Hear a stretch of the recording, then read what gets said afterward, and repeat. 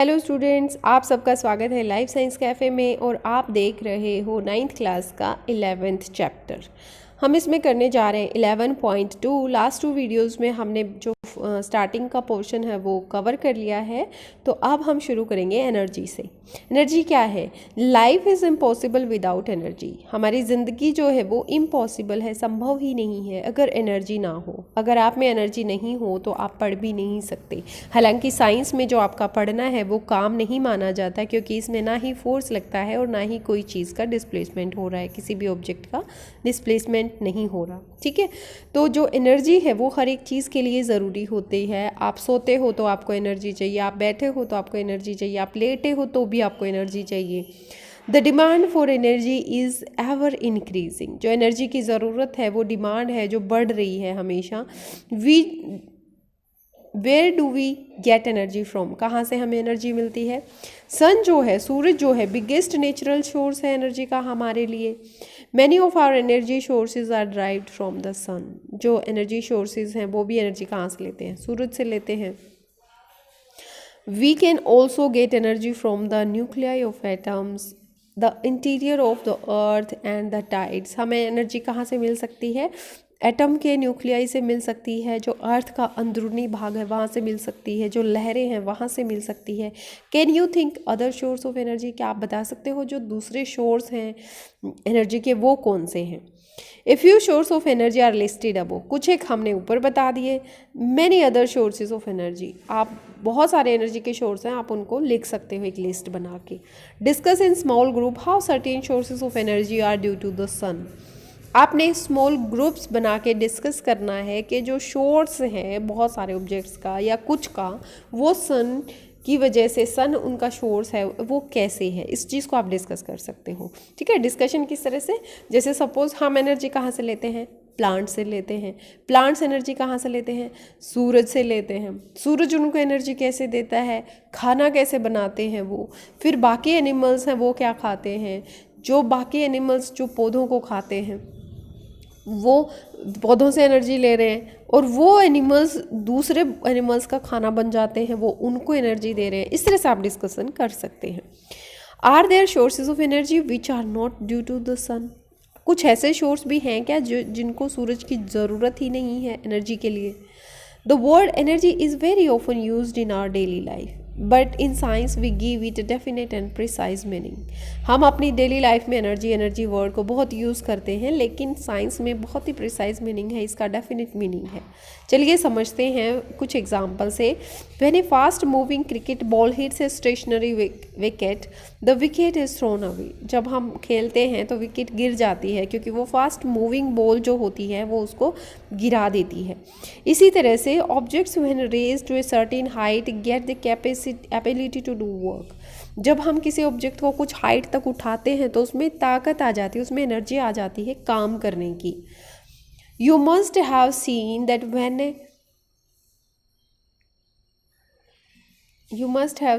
When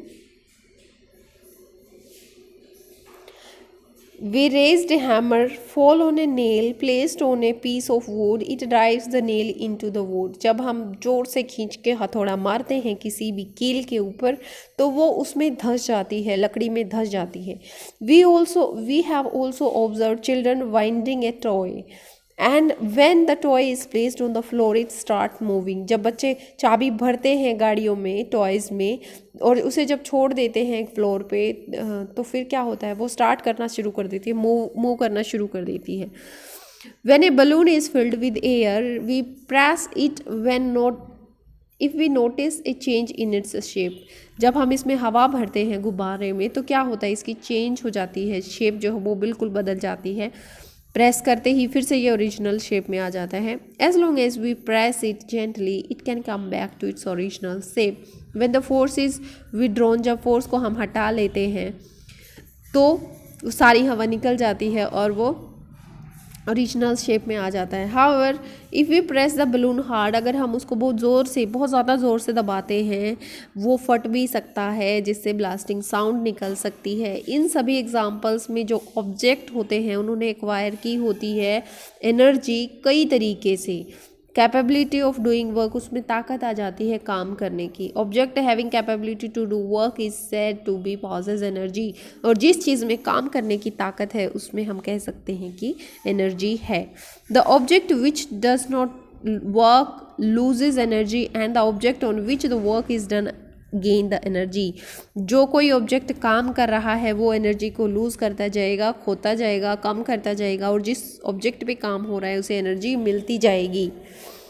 how does an object with energy do work, कोई भी object energy के साथ किस तरह से काम करता है। अभी तक तो हमें लगता था कि अगर हम लोग हैं कुछ खाएंगे तो हमें एनर्जी मिल जाएगी, लेकिन साइंस के अकॉर्डिंग अगर आप किसी पत्थर को थोड़ी सी हाइट पे उठाते हो तो आप जो फोर्स लगा रहे हो वो उसे एनर्जी दे रहा है और उसमें काम करने की ताकत आ जाएगी। ताकत कैसे, जैसे आपने पत्थर को हाइट पे उठाया तो अगर आप उसे छोड़ दोगे तो आपको लगेगा कि ये तो निर्जीव है, लेकिन आपने उसे हाइट पे छोड़ा है तो वो काम करेगा और वो वापस से ज़मीन पे आ जाएगा। ठीक है, साइंस में यही चीज़ है कि जब फोर्स अप्लाई करते हैं या डिस्टेंस ट्रैवल करता है कोई चीज़, दोनों चीज़ें सेटिस्फाई होने के बाद वहाँ पे कह सकते हैं कि यहाँ पे काम हुआ है। What does an object, how does an object with energy do work, कोई भी ऑब्जेक्ट एनर्जी के साथ किस तरह से काम करता है। An object that possess energy can exert a force on another object, जिस ऑब्जेक्ट में एनर्जी है वो दूसरे ऑब्जेक्ट पे फोर्स लगाकर काम करता है। जिसके पास एनर्जी होगी वो फोर्स एक्सर्ट करेगा दूसरे ऑब्जेक्ट पे। जब ऐसा होता है तो एनर्जी ट्रांसफर होती है ना, एक ऑब्जेक्ट से फॉर्मर से लेटर वाले में, पहले वाले से जिसमें एनर्जी थी उससे दूसरे में वो चली गई। जो सेकंड ऑब्जेक्ट है वो भी मूव करेगा और एनर्जी को रिसीव करेगा, इसीलिए कुछ काम कर रहा होगा। इसीलिए first object has the capacity to do work, this implies that any object that possess energy can do work. इसीलिए हम कह सकते हैं कि जिस भी ऑब्जेक्ट में एनर्जी है वो काम कर सकता है। Energy possessed by an object is thus measured in term of its capacity of doing work। तो इसलिए एनर्जी को हम किस तरह से डिफाइन कर सकते हैं कि जिसमें काम करने की ताकत है उस सबके पास एनर्जी है। The unit of energy is therefore the same as that of the work। जो हमारी एनर्जी की यूनिट है वो वैसी ही है बिल्कुल जैसी हमारे काम की यूनिट थी, हमारे वर्क की यूनिट थी। हमारे वर्क की यूनिट क्या थी? जूल। ठीक है, 1 joule is the energy required to do 1 joule of the work. 1 joule क्या है? वो एनर्जी है जो ज़रूरत पड़ी कितना काम करने के लिए? 1 जूल काम करने के लिए। तो एनर्जी और जो वर्क है उसकी यूनिट क्या है? Joule. Sometime a larger unit of energy is called kilo joule. कई बार किलो जूल को भी यूज़ कर लेते हैं, ये लार्जर यूनिट है एनर्जी की। 1 किलो जूल इक्वल हो जाएगा 1000 जूल, क्योंकि 1 किलो में कितना होता है? 1000 होता है, इसलिए 1 किलो जूल को भी यूज़ करते हैं। अब हम पढ़ेंगे फॉर्म्स ऑफ एनर्जी। एनर्जी की कौन कौन सी फॉर्म्स हैं? Luckily the world we live in provide energy in many different forms. जिस संसार में हम रहते हैं हमें वहाँ एनर्जी कई तरीके से मिलती है। The various forms include potential energy, kinetic energy, heat energy, chemical energy, electrical energy and light energy. ये सारी एनर्जी हमारे पास होती है। ठीक है, कौन सी होती है? इसमें से आपको कुछ भी याद नहीं रहेगा, आपको इस तरह से समझना है। पोटेंशियल एनर्जी जो चीज़ ताकत रखती है, जो काम करने की पावर है, जो काइनेटिक एनर्जी जो मूव कर सकती है, हीट एनर्जी जो गर्मी दे सकती है, केमिकल एनर्जी जो केमिकल्स में होती है, इलेक्ट्रिकल एनर्जी जो लाइट में, और light energy itself is a energy. आपको ये सोचना है कि how do you know that some entity is the form of energy. आप किस तरह से कह सकते हो कि जो कोई भी एंटिटी है वो एनर्जी की फॉर्म है। आप अपने फ्रेंड्स या टीचर्स के साथ इसको डिस्कस कर सकते हो। चलिए अब हम पढ़ते हैं जेम्स प्रेस्कॉट जूल। ठीक है, जेम्स प्रेस्कॉट जूल क्या थे? बहुत ही आउटस्टैंडिंग ब्रिलियंट फिजिशियन थे। ठीक है, ये ब्रिटिश के फिजिशियन हैं। उनको अपनी रिसर्च के लिए जाना जाता है। किस पे रिसर्च की थी? इलेक्ट्रिसिटी पे और थर्मोडाइनमिक्स पे। ठीक है, लास्ट थे ना थर्मोडाइनमिक्स के, आपने शायद नहीं सुना होगा, अगर सुना है तो अच्छा है, लेकिन उनकी रिसर्च थी थर्मोडाइनमिक्स पे और इलेक्ट्रिसिटी पे। James Prescott joule. ठीक है, जूल हमने कहाँ पढ़ा? वर्क की जो यूनिट है और एनर्जी की जो यूनिट है उसमें हमने जूल पढ़ा था। तो इन्होंने क्या किया, इन्हीं के नाम पे जो है वो उसको यूनिट मिली है। जो दूसरी चीज़ें थी उसमें उन्होंने फॉर्मुलेट किया law for the heating effect of electric current, जो इलेक्ट्रिक करंट का हीटिंग इफेक्ट है वो भी उन्होंने ही डिस्कवर किया था। He also verified experimentally the law of conservation of energy, उन्होंने एक्सपेरिमेंट से ये शो किया था कि लॉ जो है कंजर्वेशन ऑफ एनर्जी का लॉ है वो एक्सपेरिमेंटली प्रूव किया था। और क्या था law of conservation of energy, कि हम एनर्जी को ना तो बना सकते हैं ना बिगाड़ सकते हैं, ख़त्म कर सकते हैं, वो हम सिर्फ एक फॉर्म से दूसरी फॉर्म में कन्वर्ट कर सकते हैं। It can be changed from one form to another form, we can not make it, we can not destroy it. तो उन्होंने और क्या किया था, discover the value of mechanical equivalent of heat, जो मैकेनिकल इक्विवेलेंट ऑफ हीट है वो भी उन्होंने डिस्कवर किया था। The unit of energy and work is called joule and named after his name, जो वर्क और एनर्जी की यूनिट है वो इन्हीं के नाम पर रखी गई है। और क्या है यूनिट है जो हमारी वर्क की और एनर्जी की, वो जूल है। ठीक है, तो ये जेम्स प्रिस्कॉट जो जूल थे इन्हीं के नाम पे उसका नाम रखा गया है।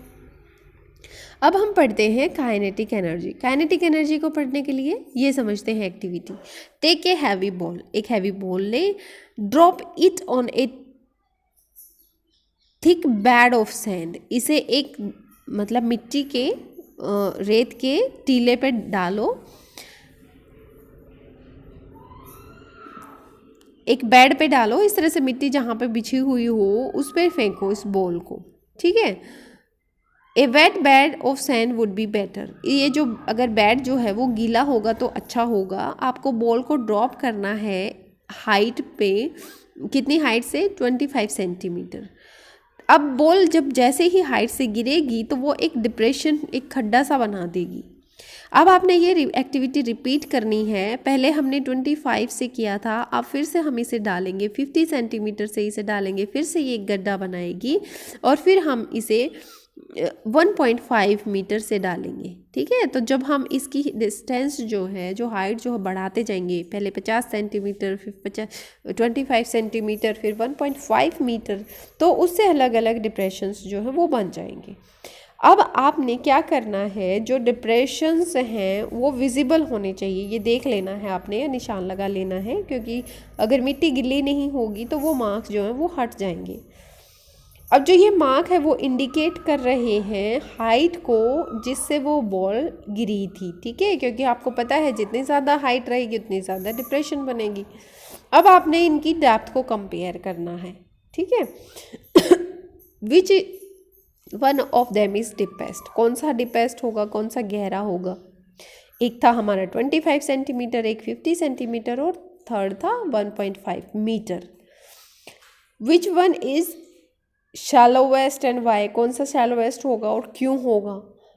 What has caused the ball to make a deeper dent, किस चीज़ की वजह से उसमें ज़्यादा जो है वो मोड़ आया, डेंट आया, डिस्कस करना है और आपने फिर से इसे एनालाइज करना है। एक्टिविटी 11.7 देखिए, set up the operators as shown in figure 11.5, आपने एक ऑपरेटर सेट करना है जैसे फिगर में दिखाया गया है। Place a wooden block of non-mass in front of the trolley as convenient fixed distance, आपने एक वुडन ब्लॉक को रखना है, कुछ डेफिनेट मास होना चाहिए इसका, एक फिक्स डिस्टेंस पे रखना है। Place a known mass of the pan to that the trolley starts moving, आपने नॉन मास पे इसे रखना है ताकि वो ट्रॉली जो है मूव करना शुरू कर दे। उसके बाद आप ये देखिए, इसे देख के समझ जाएंगे कि ये इस तरह से आपने वुडन ब्लॉक्स रखना है, ये ट्रॉली रखनी है और इसे मूव करना है। ठीक है, the trolley moves forward and heat the wooden block, अब ये ट्रॉली जैसे ही मूव करेगी तो ये वुडन ब्लॉक को हीट करेगी। ठीक है, तो वो वुडन ब्लॉक आगे मूव कर जाएगा। Fix a stop on the table in such a manner that the trolley stops after heating the block, आपने उनको इस तरह से रखना है कि जो ट्रॉली है वो रुक जाए उसे हीट करने के बाद। द ब्लॉक गेट डिस्प्लेस्ड, जो ब्लॉक डिस्प्लेस हो गया है वो डिस्प्लेस होने के बाद भी वो रुक जाए। Note down the displacement of the block, आपने अब जो डिस्प्लेसमेंट हुई है, ब्लॉक ने कितनी डिस्टेंस कवर की है उसको नोट करना है। इसका मतलब है कि कुछ फोर्स उस पर लगा है, ट्रॉली ने कुछ फोर्स लगाया है जिसकी वजह से ब्लॉक ने एनर्जी गेन कर ली और वो डिस्प्लेस हुआ, उसने कुछ डिस्टेंस भी कवर की। तो अब ये बताना है कि कहाँ से उसे एनर्जी मिली। आपने इस एक्टिविटी को दोबारा से रिपीट करना है और जो मास है वो इंक्रीज करना है, जो पेन में मास है उसको। In which case the displacement is more, कौन से केस में जो है डिस्प्लेसमेंट ज़्यादा होगी। In which case the work done more, किस केस में काम जो है वो ज़्यादा हुआ है। काम कब ज़्यादा होगा, जब डिस्प्लेसमेंट या फोर्स दोनों में से कोई एक बढ़ेगा, या दोनों भी बढ़ेंगे तो भी वर्क डन जो है वो बढ़ेगा। इस एक्टिविटी में moving trolley does work and hence it possess energy. यहाँ पे क्या है, मूविंग ट्रॉली जो है वो काम कर रही है। देखिए हम जैसे ही यहाँ पे मास बढ़ाएंगे इसमें पेन में, तो ये इस ट्रॉली को ज़्यादा तेज़ी से खींचेगा। जैसे ही ये तेज चलेगी वो इस पर डिस्प्लेसमेंट भी ज़्यादा क्रिएट करेगी, जिसकी वजह से ज़्यादा काम होगा, है ना। तो आप अपने वर्ड्स में इसे लिख सकते हैं, लेकिन यहाँ पे समझने के लिए आपको क्लियर हो गया होगा। Let us now express the kinetic energy of an object in the form of the equation. Kinetic energy है उस इक्वेशन की फॉर्म में लिखते हैं। Consider an object of mass m moving with uniform velocity v। ठीक है, kinetic energy को समझने के लिए सपोज हमारे पास एक ऑब्जेक्ट है जिसका मास m है और यूनिफॉर्म वेलोसिटी v से वो चल रहा है। Let it now be displaced through a distance s when the constant force F act on in the direction of the displacement। यहाँ पे क्या है, हमने फोर्स अप्लाई किया F और वो डिस्प्लेस हुआ है डायरेक्शन में ही। इस इक्वेशन में work done W is Fs। यहाँ पे Fs है क्योंकि जो फोर्स है वो डिस्प्लेसमेंट की डायरेक्शन में ही चल रहा है। ठीक है, the work done on an object will cause a change in its velocity. जो वर्क डन है वो उसकी वेलोसिटी को चेंज करेगा। Let its velocity changes from u to v। Suppose इसकी वेलोसिटी जो है वो चेंज हो गई u से v तक। Let a be the acceleration product. a क्या है, इसका एक्सेलरेशन प्रोडक्ट है। Section 8.5 we studied their equations in motions. हमने 3 इक्वेशंस पढ़ी हैं मोशन की। The relation connecting the initial velocity and final velocity of the object moving with uniform acceleration a and displacement s is. देखिए हमें पता है कि जो पहले वेलोसिटी थी वो कितनी थी, स्टार्टिंग की थी, तो ऑब्वियसली वो कम होगी, फिर वो चेंज हो गई v2 में। तो हम क्या करेंगे, v2 minus v square minus u square is equal to 2a क्या है एक्सेलरेशन, s क्या है डिस्प्लेसमेंट। तो इससे हमें क्या मिल जाएगा, s मिल जाएगा हमें। डिस्प्लेसमेंट कितना हुआ, ये वेलोसिटी चेंज हो गई, 2 एक्सेलरेशन हो गया। तो इस तरह से हम क्या निकाल रहे हैं, यहाँ पे जो वर्क डन है, जो काइनेटिक एनर्जी है वो निकालेंगे, हाफ mv स्क्वायर ये हो जाएगा लास्ट में। ठीक है, तो आपने इसमें जो मेन चीज़ है वो वर्क डन कितना हो जाएगा, ये इक्वेशंस आप खुद लिख कर देखेंगे, हाफ mv स्क्वायर हो जाएगा। आपने मेनली ये याद रखना है, लेकिन आपसे अगर पूछा जाए इसे ड्राइव करके दिखाओ तो आपको ये तीनों चीज़ें याद रहनी चाहिए, ध्यान में रखना इनको कि किस तरह से निकालते हैं। ठीक है, उसके बाद जो काइनेटिक एनर्जी है वो हमें मिल गई। एक ऑब्जेक्ट है जिसका मास है 15 kg, वो यूनिफॉर्म वेलोसिटी 4 मीटर पर सेकेंड स्पीड से जो वो है चल रही है, उसकी वेलोसिटी इतनी है। काइनेटिक एनर्जी कितनी होगी, तो उसका फॉर्मूला क्या होता है, हाफ mv स्क्वायर। ठीक है, काइनेटिक जो यूनिफॉर्म वेलोसिटी है v स्क्वायर वो है 4 मीटर पर सेकेंड, मास कितना है 15 kg, तो आप इसकी काइनेटिक एनर्जी निकाल सकते हो। यहाँ पे आप अगर खुद निकालेंगे तो इसे 1 मिनट पॉज कर देना और फिर ये देख लेना।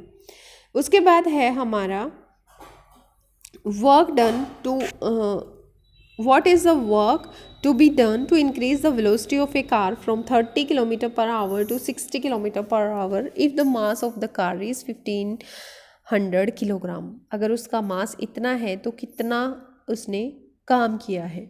ठीक है, 30 किलोमीटर पर आवर था, फिर 60 किलोमीटर पर आवर हो गया, मतलब उसकी वेलोसिटी जो है वो चेंज हो गई है। तो हमने यही फॉर्मूला पुट किया था वहाँ पे वेलोसिटी को निकालने के लिए। तो हम इससे काइनेटिक एनर्जी कार की जो है वो निकाल लेंगे, फाइनल काइनेटिक एनर्जी भी निकाल लेंगे क्योंकि उसकी जो स्पीड है वो चेंज हो गई थी। ठीक है, तो ये खुद करके देखना आप, क्योंकि कैलकुलेशन तो आपको खुद ही करनी पड़ेंगी, ना ही आपको कुछ मिलेगा एग्ज़ाम में। What is the kinetic energy of the object. Kinetic energy कितनी है ऑब्जेक्ट की, काइनेटिक एनर्जी को कैसे लिखते हैं, काइनेटिक एनर्जी को हाफ mv² लिखते हैं। एक्सप्रेशन जो है काइनेटिक एनर्जी का वो क्या होता है, मास, इनकी आपको यूनिट पता होनी चाहिए। इसको जब हम एक्सप्रेशन देते हैं काइनेटिक एनर्जी का तो उनकी आपको यूनिट पता होनी चाहिए, फिर आप लिख लोगे आराम से। जो काइनेटिक एनर्जी है किसी भी ऑब्जेक्ट की, एक वेलोसिटी 5 मीटर पर सेकंड और इतना उस पर वर्क हुआ है, जूल अगर है तो आपको पता होना चाहिए कि वर्क की यूनिट है। What will be the kinetic energy of its velocity if velocity is doubled, जब इसकी वेलोसिटी को डबल किया जाएगा तो इसकी काइनेटिक एनर्जी कितनी होगी। What will be the kinetic energy when its velocity will be increase 3 times. तो यहाँ पे एक ही साथ 3 क्वेश्चन आपको मिले हैं। यहाँ पर देखिए जो आपका वो क्वेश्चन था फर्स्ट वाला, उसमें सोल्यूशन क्या निकला है मैं दिखाती हूँ आपको 1 मिनट के लिए।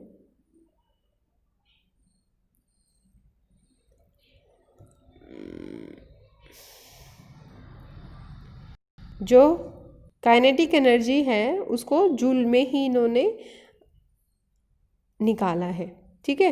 तो इस तरह से जब भी आप इसको निकालोगे तो ये जो यूनिट्स इसके पीछे लगी हुई हैं उसको कन्वर्ट कर सकते हो, और उससे आपका काइनेटिक एनर्जी का फॉर्मूला अप्लाई करने के बाद कोई दिक्कत नहीं आएगी। तो ये आप खुद करके देखना, ठीक है। Thank you for watching life science cafe. Next में हम पढ़ेंगे पोटेंशियल एनर्जी।